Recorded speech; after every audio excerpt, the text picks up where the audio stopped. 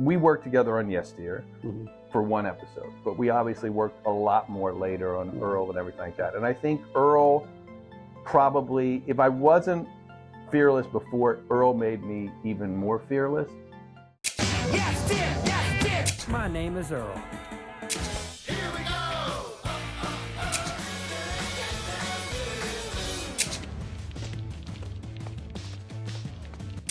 All right, it's Gregg Binkley. Welcome back to Acting Lessons for Life. Today we have a very special guest. He has created such shows as Yes Dear, The Millers, The Guest Book, Sprung, and my two personal favorites, My Name is Earl and Raising Hope. Please welcome Greg Garcia. All right, thank you. Thank you very much. You know, I did a podcast interview a couple of years ago. They interview actors about their career. And I remember at the beginning, this host said, I was looking at your IMDb, this Greg Garcia guy's played a big part of your career. I was like, yeah, quite a bit. The best part of it. And, so I was in the pilot of My Name is Earl. And this guy actually won an Emmy for that. I did, actually. Yeah, I lucked out there. Yes. They've yet to ask me back. I didn't get the one. Well, if you ever go on YouTube, check out his Emmy acceptance speech. It's one of the all-time greats. I don't have time to thank everybody that I should, so I thought it'd be easier if I mention a few people I do not want to thank. My 8th grade social studies teacher who told me to sit down and shut up because I wasn't funny. No thank you, Mr. McAdoo.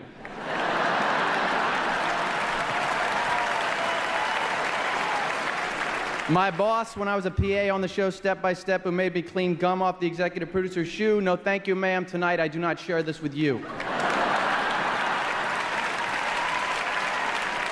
And finally, God, I'm sure you're responsible in some way, but you took my hair, and that's not cool, man. Not cool. And since the music isn't playing, my mom and dad for supporting me, my sister Shelly, who's hilarious, my wife, who looks gorgeous tonight, and my sons, Camden and Nathan. Thank you very much.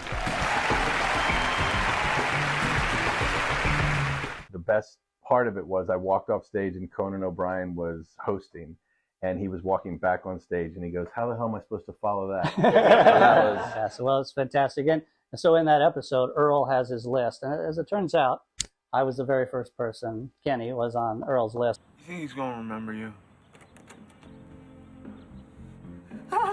Yeah, I think he remembers me.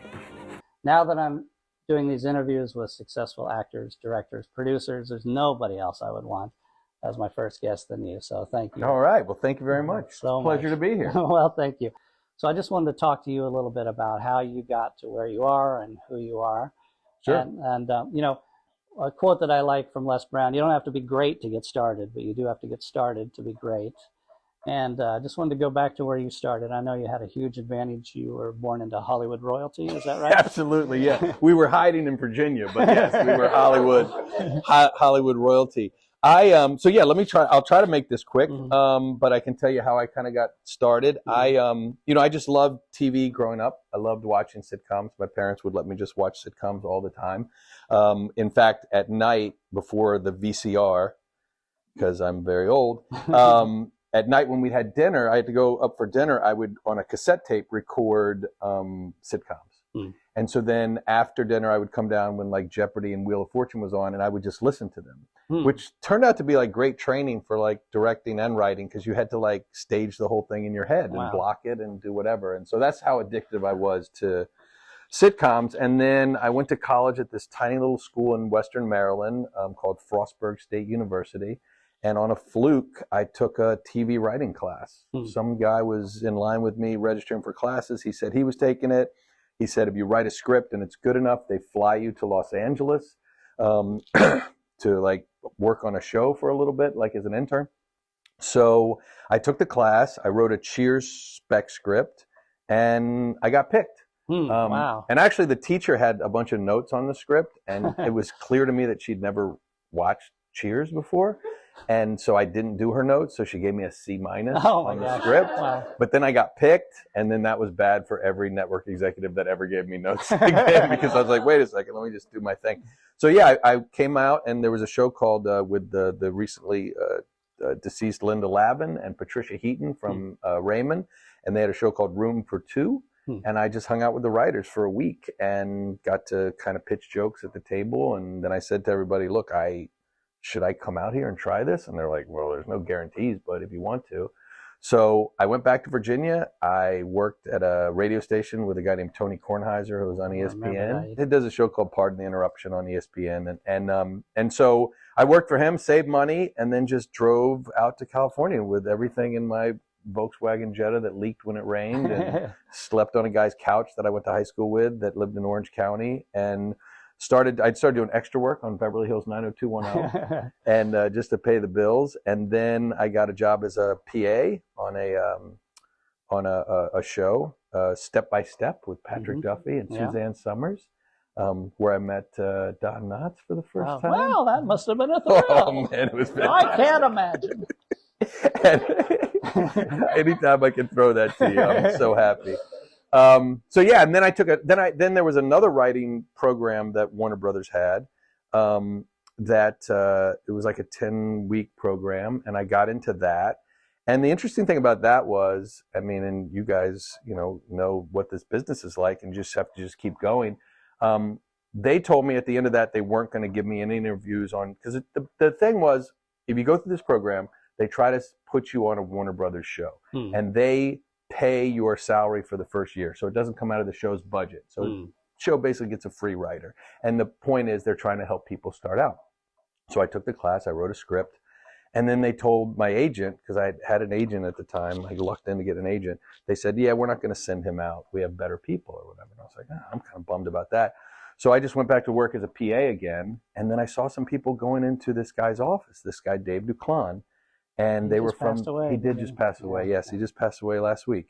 And I saw some people from the workshop going in. So I waited for them to come out, and I go, hey, did you have an interview? They go, yeah, we met with this guy. He's got this new show called On Our Own. And the workshop sent us, who have you interviewed with? I said, nobody. They haven't sent me to anybody. So I just went up and got my script, and I went and knocked on the guy's door, and I said, hey, I'm from the program. And he goes, do you have a meeting? And I go, no, they're not sending me out. They don't think my script's any good. I think they're crazy. I work over here at Step by Step. And he goes, oh, yeah, I thought I've seen you around delivering scripts and stuff. Okay, I'll read it tonight. And he called me the next day. He said, come over here. And he said, this is great. And he hired me. I also want to go back to when you were just growing up, because one of the things I love about you is just what a great person you are. And that started early on, right? Who do you think had a great influence on you when you were young? Gosh, I don't know. First of all, I don't think I'm as good a person as you think I am. Yeah. We all have secrets, people. I mean, come on. I would say if I had to attribute, my grandparents, I spent a lot of time with my grandparents, and they were very kind people. My grandfather, I remember specifically, one time we went to the grocery store and we came back and he was checking the receipt of every item. And I'm like, this is the cheapest man on earth. And he's like, they did it again. Get in the car. We got in the car. We went up there and he's showing him the receipt and he goes, see, you didn't charge me for this. You didn't charge me for it. And he was giving them money back. Wow. And he was just an honest, nice guy. So yeah, I think that was part of it. But also I think growing up and being like the smallest kid in the kindergarten and first grade in elementary school, I just wanted to do whatever I could so everybody would like me and not beat me up. So I wanted to try to be funny and nice and kind and whatever else. 100%. Yeah. So I mean, so weakness, I guess. Weakness made you strong. One of the things I really loved about you too, that was you're fearless. Where did you do this fearless? And I remember when My Name Is Earl got canceled, and you were quoted in the trades of saying, you felt bad about it, but NBC was, some woman from the LA Times called me immediately after it got canceled, and NBC was the time when they were putting Leno on all week long, and it was just, NBC was in such terrible shape. And the first thing that came to mind is I said, it's hard to get too upset about being tossed off of the Titanic. and she said, oh my God, can I print that? I said, yeah, I said it. Print it. I don't care. I said, what, are they going to cancel me twice? Right. So yeah, that was, but just in they general, did not like that. I'm sure. I heard. Oh, you I heard through the grapevine that Jeff Zucker was not a big fan of that quote. Yeah, and you subsequently worked with NBC a lot? Or? No. No. No, I haven't. I did shoot a pilot with them. Oh, you did? Well, yeah, good. with Sebastian Maniscalco. Oh, yeah, I remember that. I supervised it. It did not get on. What do you think it is that made you so fearless? Oh gosh, I don't know. You know, I wasn't supposed to be here. I mean, it's like my Washington Commanders yesterday when they got blasted by the Eagles. They weren't supposed to be there. So I'm not supposed to be here. I'm playing with house money. It's just, and I don't think I've always been as fearless, but I think, you know, we worked together on Yes Dear for one episode, but we obviously worked a lot more later on Earl and everything like that. And I think Earl probably, if I wasn't fearless before, Earl made me even more fearless because Earl was a show where we just said, we're going to do what we want to do. Great. And if they don't put it on, they don't put it on. But it worked. Yeah. And so then that gives you the kind of confidence to be like, well, I'm just going to do what I want to do. And if it works, it works. If it doesn't, it doesn't. Yeah. So I think a combination of those things. I love that. Maybe. Always playing with house money. Yeah. I love that. And, you know, my very first video in the series was No Fear This Year. Do what you want to do. And I love that. That's fantastic. How did you learn storytelling? You know, you wrote the script, you took this class, but I think it's a combination of watching so many episodes of television when I was young. I mean, I just knew sitcoms. I knew when I sat down to write a sitcom, I just kind of knew the basics of what a story should be after watching so many of them, just by osmosis, I think. But then I think also, whatever I thought I knew then, as you do it, every script you write, every story you try to break, you're learning. Like when I hire a new writer, and if they're never written before and I'm looking at their script, I'm looking to see, is it funny? Number one. And number two, if it's a spec script of an established show, does it seem like that show? Because I want that person to come in and be able to write for my characters, and I want them to be funny.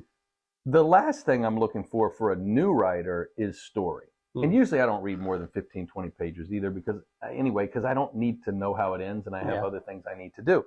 If I get to the end, I'm like, whoa, that was a good story. But I think a lot of story you learn on the job. You're sitting in a room with, 8, 10 people, and you're trying to figure out stories, and you just learn, oh, that's a bad way to go. That's an okay way to go. What does it really need? And so I think you learn on the job for a lot of that as well. Yeah. I wanted to ask you too, before you moved out here, what your expectations were. You know, when I moved out from Kansas to be an actor, I not only wanted to prove I could be an actor, but I wanted to prove I could be long-term an actor, in a profession that's so difficult to succeed in. And I had one main goal. I was going to be a series regular on a national network show. It was going to be a series. You might have had something to do with that ultimately happening. But that was my vision. And I was going to make it happen one way or another. Yeah. What was your expectation for yourself? My only expectations, I think in the beginning, my short-term expectation was I wanted to be in a writer's room working with other people as a staff writer on a thing. But I actually, I had this thing that I did and when I first got here, and I've told some people to do this if it works for them, but I had 3 lists. And the first list I had was just pie in the sky craziness on the list, and stuff like that was like create my own television show. I mean, that was like at the top of the thing. I think I even had like host a talk show on there, which I've yet to. This is the closest I've come to it. We can switch places. I'm going to cross it off tonight. I feel like it needs to be crossed off. But I had all these like things that you'd even be embarrassed to put down if anybody saw it, like just craziness, right? Yeah.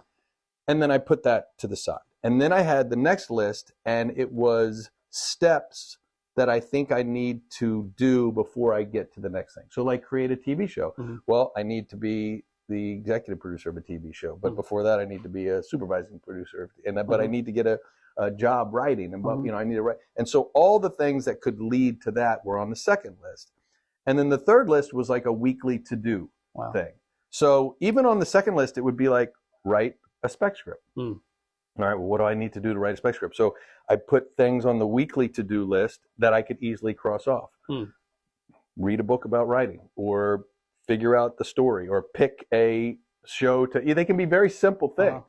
But what I noticed was sooner or later, once I crossed these off, then a couple of these would get crossed off. Wow. And then a bunch of these gets crossed off, and then the one would get crossed off there. And then something like I'd have learn how to play the guitar on there. I don't know I can't play the guitar. It's too hard. I've tried a million times. It's still on the list, but I kept it on there. But so it was a series of 3. So those, I guess, were my expectations for myself. That I just kind of put it all down, and you can take things off and add things, but I like lists. I love that. Yeah, Earl liked lists. Earl liked lists too, exactly. Yeah, lists have been good to me. You know, the very first time we worked together was not Yes, Dear. Ooh. But I saw it the other day. I was looking at your IMDb. Why did we work together? It wasn't something that I created. No. So then You were an executive story editor. I'll give you that. Oh, then it must be Family Matters. Right, yeah. There was an episode called Revenge of the Nerd. Okay. Where the sorority girls all invited a bunch of nerds. It was a stretch for me, but I played a nerd in that particular episode. You are a chameleon.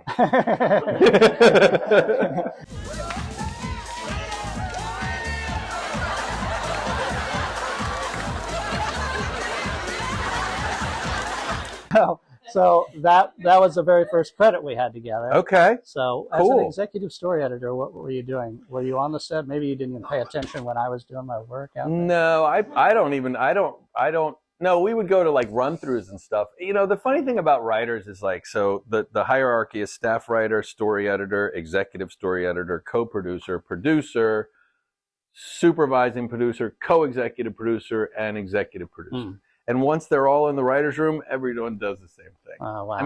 I mean, look, there'll be other people that are upper level. So like you may need to listen to them more, or they'll kind of guide things in the room a little bit more, but then the cream rises to the top. I've had people that are story editors, and I'm like, you go run that room over there, because I know they're going to do a great job on it.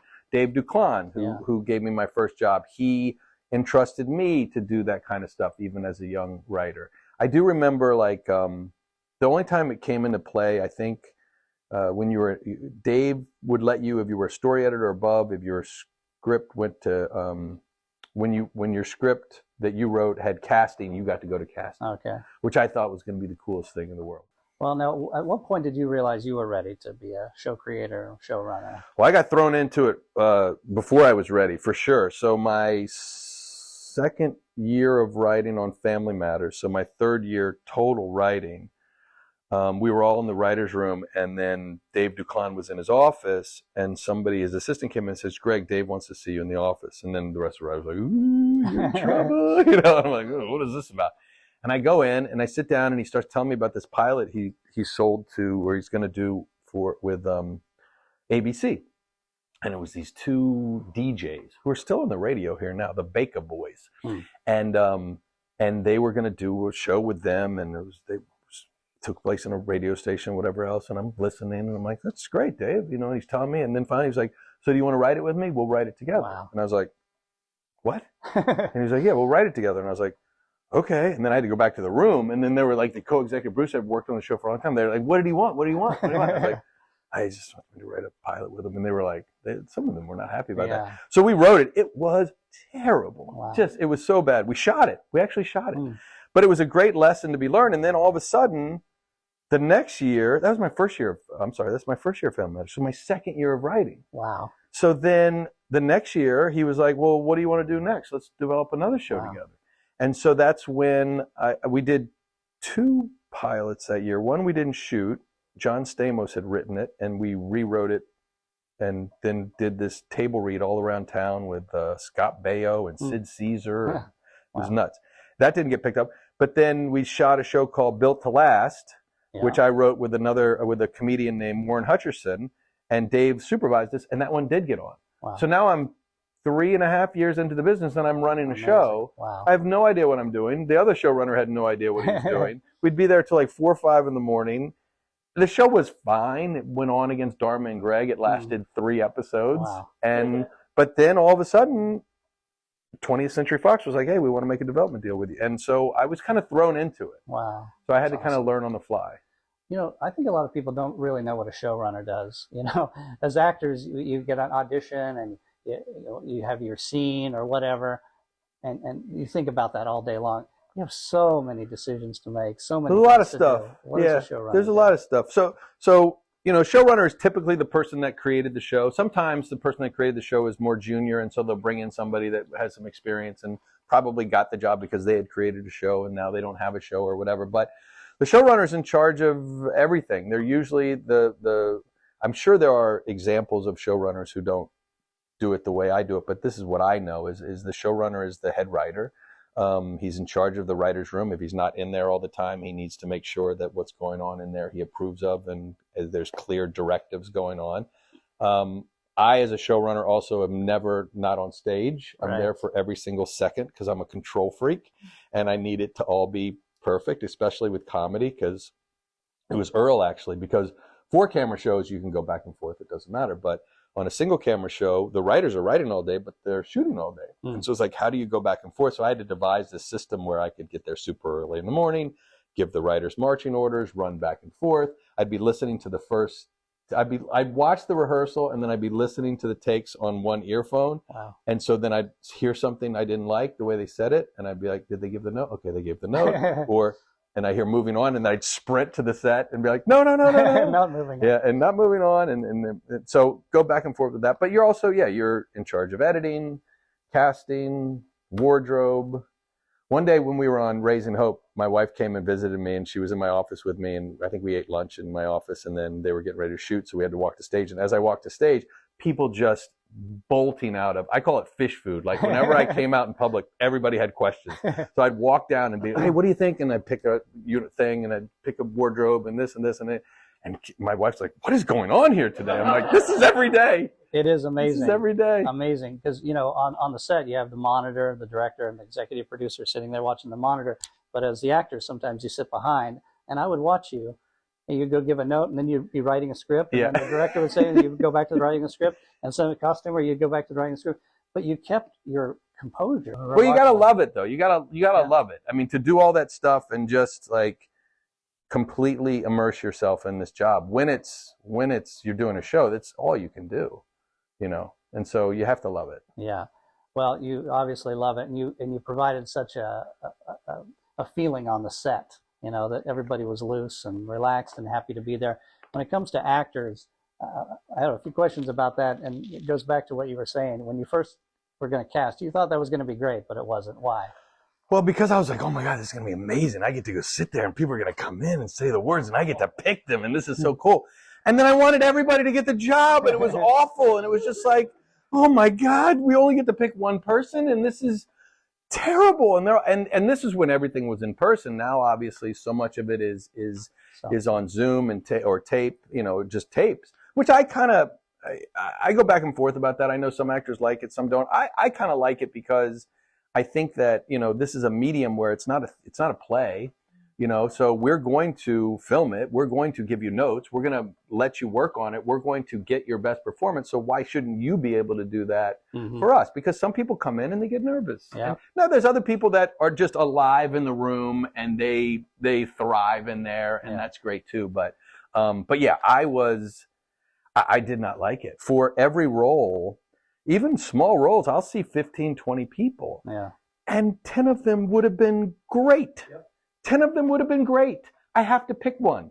So sometimes it's just, okay, that's the one. Once in a while you have somebody that you're like, oh my gosh, that's undeniable or whatever. But it's just like you have to pick one.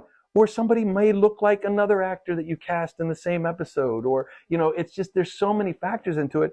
But then 19 people just don't ever hear back. Yeah. Nobody gets an explanation of like, oh, you would have been, whatever. I have, on rare occasions when I can, I've tried to be like, can you please call the agent and tell them? Or we'll say to the casting director, bring them back for something. Make sure you bring them back. They know who was in the mix, but it's brutal. Yeah. It's brutal. I always say I only take it personally when they hire me. That's the only time I take it personally. Yes. Because, as you say, I mean, the bad thing is, I think I remember you telling me that, it was like you'd see 10 people and 9 of them would be great, and 8 of them go home and think they did something wrong. Exactly. You don't know what they want. It's a matching process, really. It's not a judging process. You're matching what you want. You just don't know why you're not going to get something. Yeah. So you can't take it personally. But is there anything that you find stands out in self-tapes? When people send in a self-tape, I remember you talking about what Garrett did for Raising Hope, Yeah. Of course, Lucas got it off self-tape, but I think Garrett sent one from New York or something, and you say he was just doing interesting things, if I'm not mistaken. Yeah, he was just making interesting choices, and Garrett's the kind of guy who can do very subtle little things and get away with it because it's so crafted, Yeah.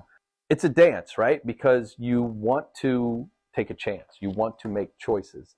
You don't want to make the wrong choice, but that's all part of the gamble, right? Especially with comedy. And I only know comedy, and comedy is about risk. Yeah. Comedy is about taking risks. That's why don't get me started on these shows that, like The Bear, that call themselves comedies and put themselves in the awards categories. It's not a comedy. It could be a fine show. It's not a comedy. Comedy, directing, writing, acting, all of that is taking risks. So I would say if you're auditioning for a comedy, you got to make a choice. You got to take a risk because they're looking for something. Yeah. I think I heard that when Jamie Presley came in to read for Joy, when she said, "Who's the whore?" or something, you knew right away. It was no question. We had seen a bunch of people for the role. I see on the sheet Jamie Presley, and I kind of knew her, but I didn't know her that well. And I might have even had like a false sense of who she was. I think she had been in Playboy, and so I probably was thinking, and she'd been in those Poison Ivy movies, and I was probably thinking that I don't know if she's a great. I don't know. That's all I knew about her. And she comes in, and she just the first line was, "Who's the whore?" And I was just like, oh boy, that's it. There she is. She walked in, and she got it. And often when you audition, because there's always going to be an image in my head of who the person is. There's no way around that. I've written it. I've created them in my head. And so when I see somebody, they either fit the mold of who I think it is, and it's their part to lose, or they're nothing like I thought it was going to be, and it's their part to get. And neither of those have an advantage over the other.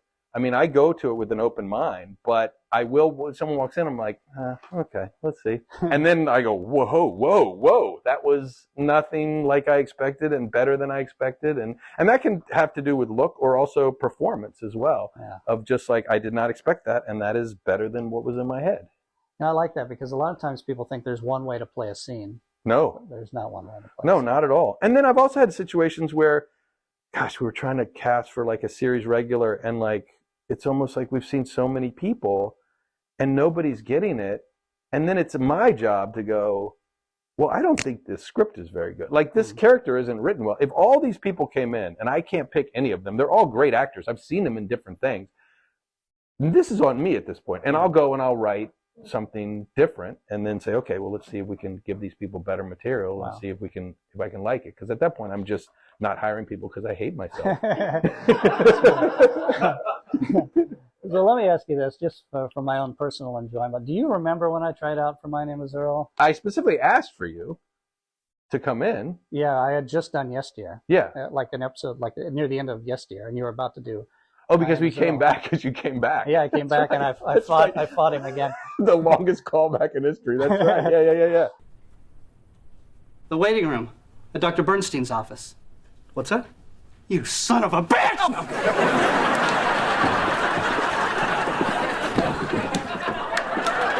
So there was a very small handful of people that at that point, because we had just done the table read, and I was like, well, we need to get somebody, and we need to get somebody good. So I think you were the only person I asked to see, and then they probably threw in some more people just to cover all the bases in case you sucked.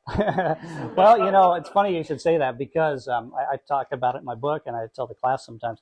I really made sure I was present before I walked in the room.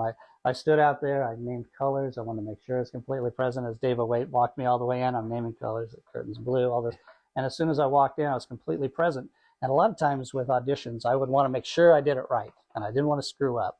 And when we got to the scene where Kenny says, "Nobody knows I'm gay," and that audition, the phone rang, and it interrupted my scene. Oh, no. And you said, "Just a second." You picked up the phone, and you put it down, and you go, "Okay, that was good. You don't need to cry, but good." Because a friend of mine told me when her brother said he was gay, he cried.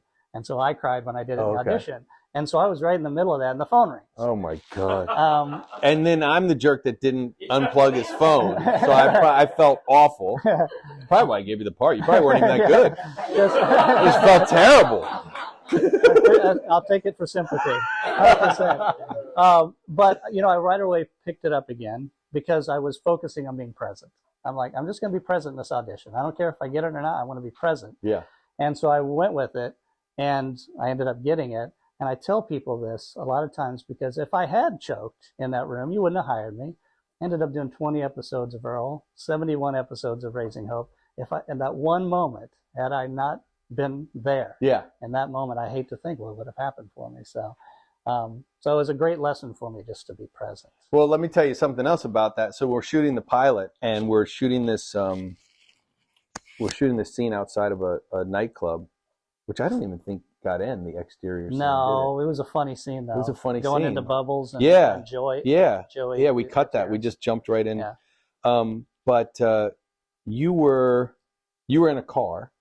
Yeah. Looking across the street, thinking about going in, and Ethan and Jason were in line. Right. Those could have been two different scenes, but that's what we were shooting that night. And two things happened that night. I was watching the monitors, and I was just watching stuff. And first was Ethan, and he's just kind of looking up in the air, and his mouth's open. And Earl's kind of looking around the line, but he's just doing this. And I went over and I said, hey, I have no problem with what you're doing. I think it looks great. I love it. Why are you doing that? And he goes, oh, and we just started working together. And he goes, oh, Randy has a deviated septum and he's always looking for aliens. Oh, gosh. I said, brilliant. I love it. And then either before or after that, I saw you, and you were doing something. You had this specific look on your face looking across the thing. And I went over and I go, I love what you're doing. Like, what do you like? And you told me, you said you were internalizing that you were afraid your parents were going to find out that you were there. Mm-hmm. And I just remember going back to the monitors going, God damn, I'm lucky I got these people. Because, I mean, it's not every day you have somebody that thinks that hard and comes to work and is there to do the best possible job that they can do and preps and is ready and is as passionate about it as you are. There's no way you can have a successful show if every single person around you, head of the departments, everybody has to be as passionate as you are, because you can't do everything. As much as I'd love to, you can't do everything. So that was fantastic. Well, I remember that moment actually, and I remember riding back with you to base camp afterwards, and we were talking about that. So I've been very blessed to have worked with you so many times. But what makes you want to work with somebody over and over again? People that are cool, people that are easy. I mean, obviously, I want people that are talented, but I'm very lucky that I know a lot of talented people. And I meet more of them, and it's not like I can hire everybody every time for every show. It has to be right. But I just want it. This job is hard enough. Yeah. I don't want to be dealing with actors. I do want to ask you a couple things. What do you think makes a show timeless? Oh gosh, the characters. I think. Obviously something that is universally relatable.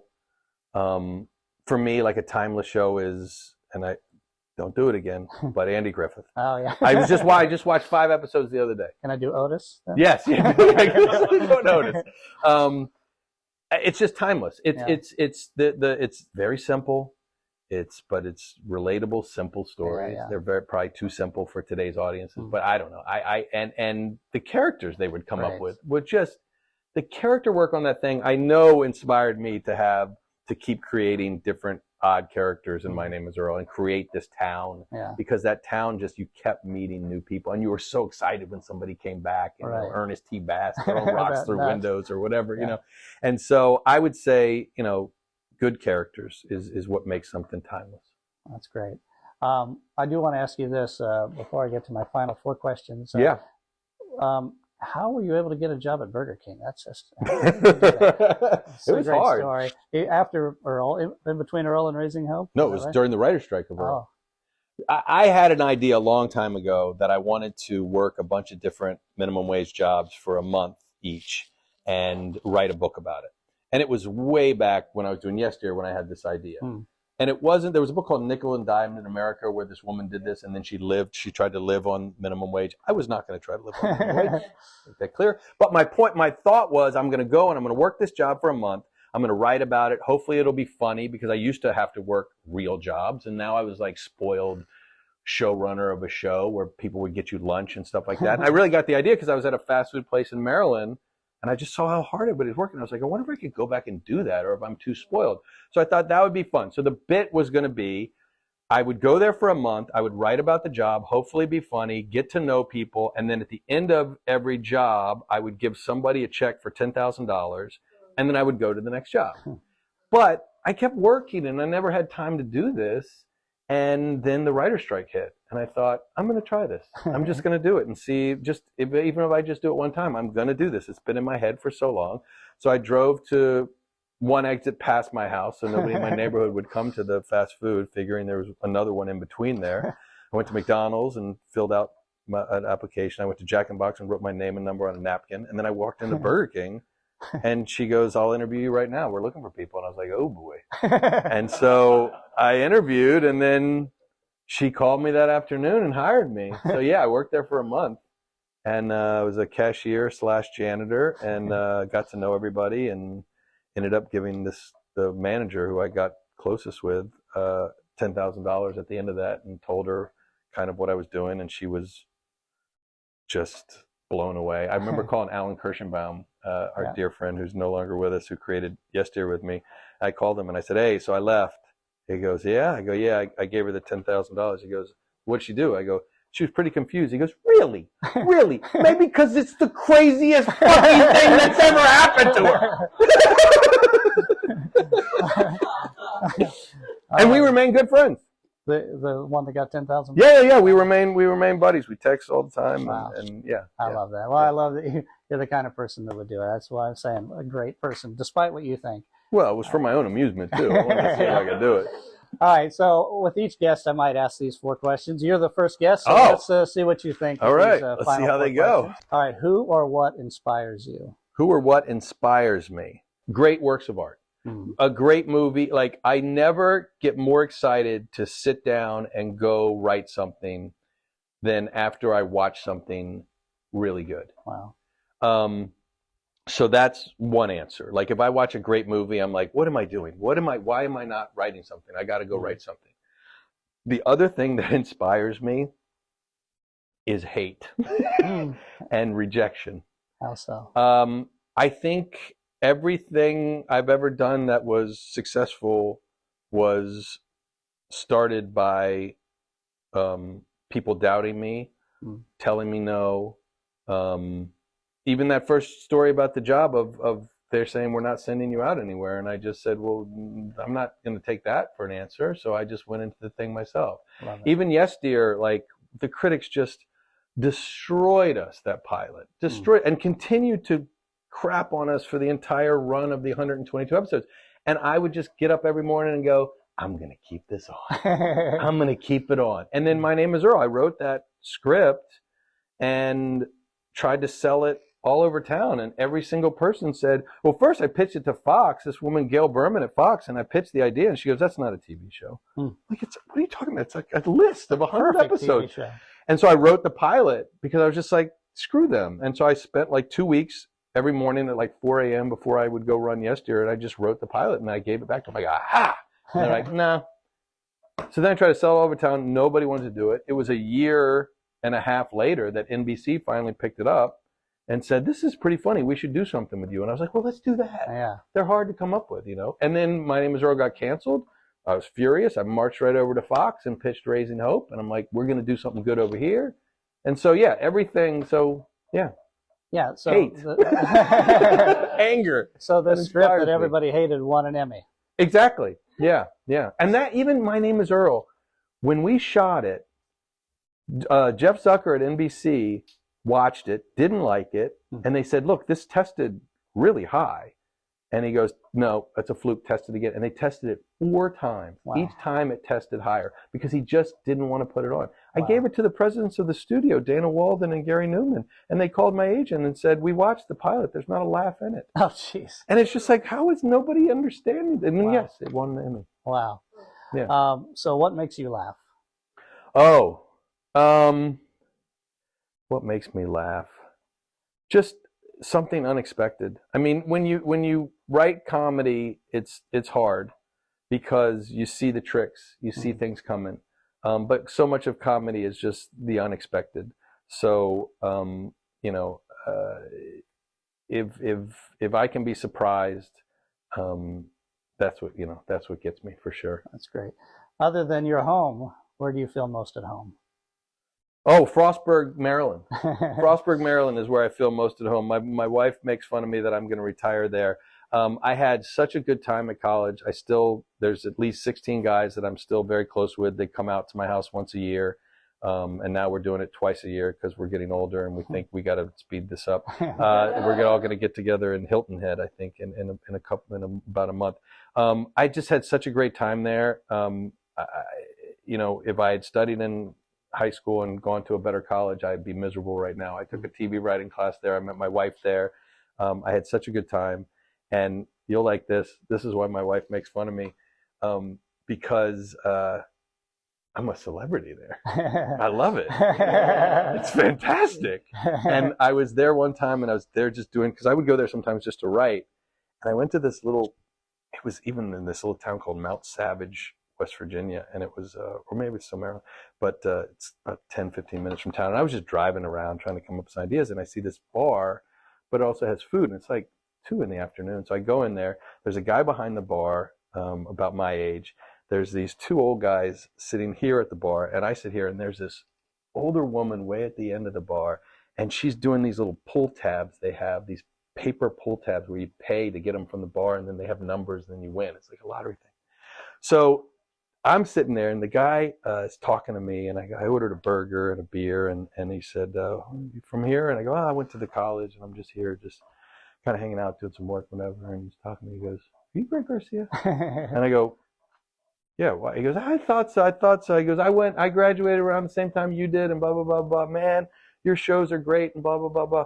And so the old guy next to me, he goes, what, are you famous or something? And I said, well, if I was famous, you wouldn't have to ask. So I think that answers the question. He goes, no, man, he does TV shows. You got to see his TV shows. He goes, My Name is Earl and Raising Hope. And then out of nowhere, the woman down there, she goes, hey, don't forget Yes, Dear. I go, man, I love it here. You have arrived. I love it here. I love that. Okay, and the last question, what do you know for sure? What do I know for sure? That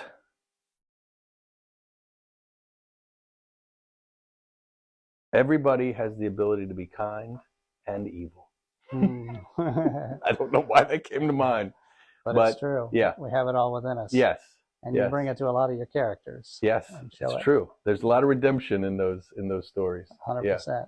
All right, open it up to questions from you guys. Your question, please, Bob. I'm always interested in the creative process. How do you write? Do you write longhand or do you type on a computer? And do you have a regular schedule to write?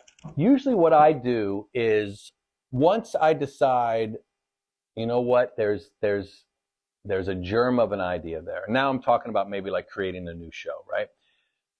There's a germ of an idea. There's a character whose journey I want to go on. There's a story I want to tell. Once I feel like, and I kind of feel that in my gut of like, I think there's something there. What I tend to do is just think about it a lot first. I talk into my phone nonstop and I get different ideas and maybe an idea for a different character or a story thing or whatever.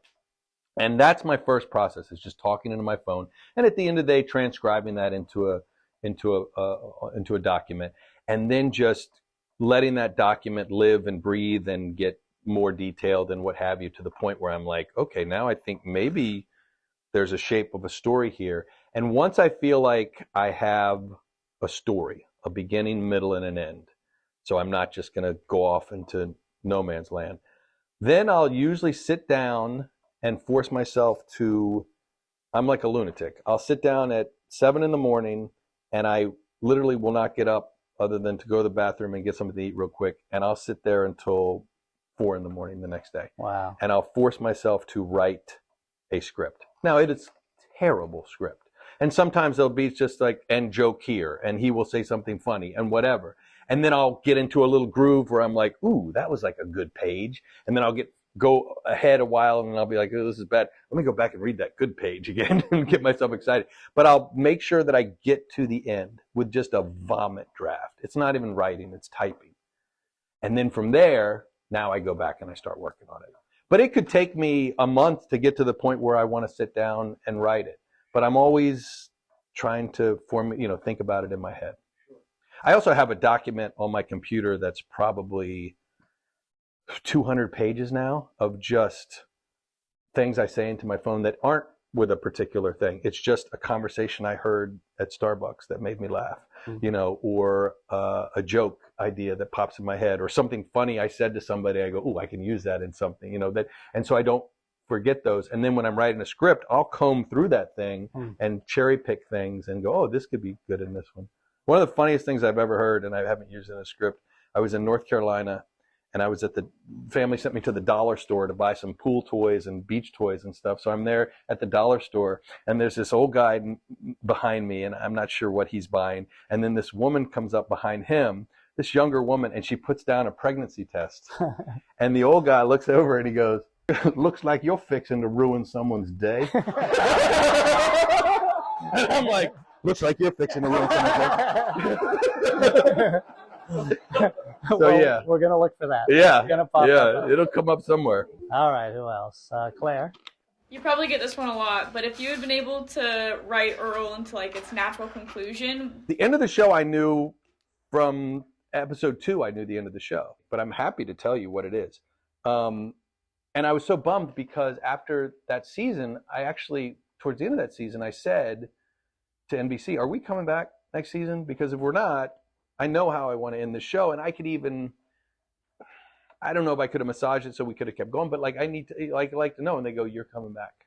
You're 100% coming back." I go, "Because I'm going to do a cliffhanger." They go, "You're coming back." In defense of NBC, they offered for us to come back. It was just a business thing. I'm going to get to your question too. Sorry. Yeah. But it was a business thing, which is so frustrating. They sent word to the studio, 20th Century Fox, and said, "We'd like to pick up the show for season 5 at the same license fee that we pay." And 20th Century Fox overplayed their hand and said, "No, we want X amount, more money." And NBC, in a stone cold mobster move, never responded. Oh my God. And then it got towards the end, and they kept 20th was like calling, going, "Hey, what about that offer about just what?" And there was just bad blood between these head guys, and it was an ego pissing match. Anyway, so Earl, how I wanted it to end, and this is a little vague, but you'll get it. And I didn't have all the specifics, but I wanted Earl to be working on a list item that was super hard. It was just so frustrating to him. He couldn't figure, and each time he tried to do something, he'd had to add 2 or 3 things on his list. So his list was getting longer, and he was so hell-bent on trying to get this thing done. But the episode was about how difficult it is and how he's getting frustrated and how he's adding stuff. And then somebody comes up to him, a stranger comes up to him and says, "Are you Earl Hickey?" And he goes, Yeah, I'm Earl Hickey. Well, listen, this bike is for you. I stole it from you when I was in the 3rd grade, and I just wanted to give it back to you, and blah, blah, blah, blah, blah. And Earl's like looking at it, go, "Oh my God, this bike, I remember this bike. What? Oh my God." And he's like, yeah, okay. Anyway, and he takes out a list and he crosses it off. And Earl goes, "What is that? What is that?" He goes, "Oh, this is my list. I just have a list of things that I've done wrong, and I'm trying to make up for them." He goes, "Well, I have a list." He goes, "How did you end up?" He goes, "Well," it wasn't my idea. There was a guy who had a list that came to me, and because he had done this thing, so I got the idea to do it. He got the idea from a guy who so-and-so, and Earl's like, "No, that guy's on my list." He goes, "Oh." And what Earl realized in that moment is by doing what he's doing, he's sent out other people to do this. So he did more good than even was on his list. And it gave him the freedom to be like, you can stop. I can stop. I put more good in the world than bad. Now I can just go live my life. And he can go off into the sunset and live his life. Would have been nice, huh? Would have been real nice. Which one is from NBC? Oh, that's for canceling My Name is Earl! All right, so let me just say this before we end, and I'll probably cry when I say this. Oh my goodness. Yes. Is it real or are you acting? I'm merely acting.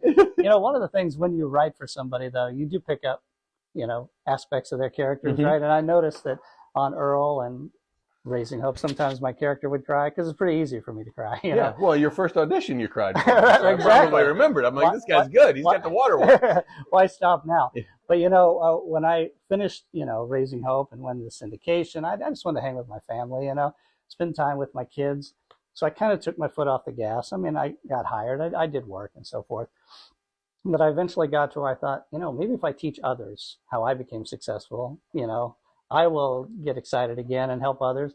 And people in the class were working all the time and everything. And little by little, I got back to where I was working again. But I would always have these seminars where I would talk about my life and how I started in one place. And I would always say, I'm going to be a series regular on a national network show. I am going to be a series regular. I kept sending it out. And, I had lead roles in films and recurring characters and Del Taco guy for 6 years. And even I got to Earl. I was on Earl, was recurring. But, I still needed to make more money. We were having another baby.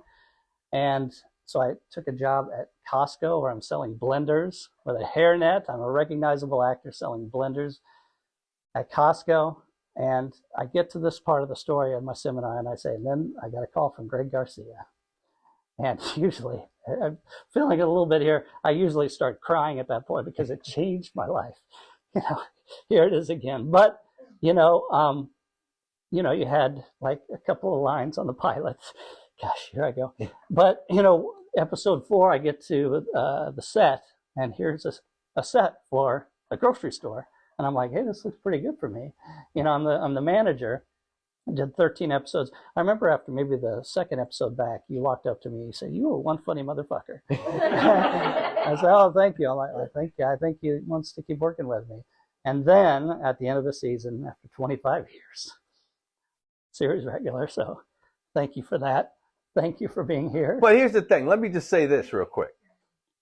That's not something that just gets handed to you. Yeah. I mean, that's because in the writer's room, we're like, how do we get Barney into this scene? This is fun, and so of course it was going to happen. Yeah, well, thank you. Thank you for being here. You could be anywhere tonight, but you came to nowhere share to your go. Information. Nothing going on. Yeah. In my YouTube episode that just aired, I had this quote, those who want to see you win will help you win. Remember that. And you have helped me win, and I thank you. Fantastic. Well, thank you. It was a lot of fun.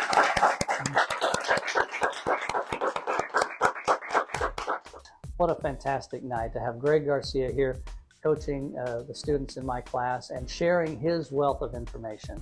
One of the challenges we have as actors is to believe we can actually make it happen. Same for writers, same for producers. But when you spend time with somebody who has actually done it and tells you how they did it, it helps inspire you to take action. Because ultimately, that's what it comes down to. We need to take action. And we're going to have a lot more guests like that coming up. I hope you found some great inspiration and some steps forward for your career. A lot more coming up. Keep tuning in, keep subscribing, so you'll be notified for the next episode. Thanks for being here today. Have a wonderful week. We'll see you next week.